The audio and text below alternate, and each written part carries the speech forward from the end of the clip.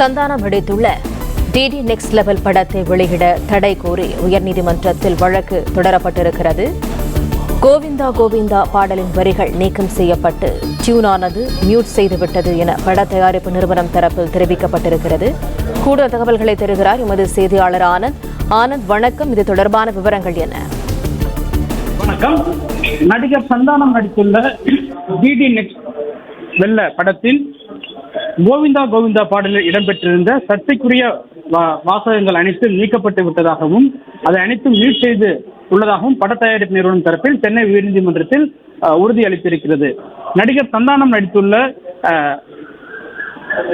புதிய படத்தில் படம் நாளைக்கு திரைக்கு வர உள்ளது. இந்த படத்தில் இடம்பெற்றுள்ள கோவிந்தா கோவிந்தா பாடலுக்கு பல்வேறு தரப்பினர் எதிர்ப்பு தெரிவித்து வந்தனர். இந்த நிலையில் இந்த பாடலில் வெங்கடேஸ்வரரை இழிவுபடுத்தும் வகையில் அமைந்திருப்பதாக கூறி சென்னை பழைய வண்ணாரப்பேட்டையைச் சேர்ந்த வழக்கறிஞர் பிளே ஸ்டோர் மற்றும் ஆப் ஸ்டோரில் இருந்து பாலிமர் செயலியை QR கோடு மூலம் பதிவிறக்கம் செய்யுங்கள். செய்திகளை உடனுக்குடன் பெறுங்கள்.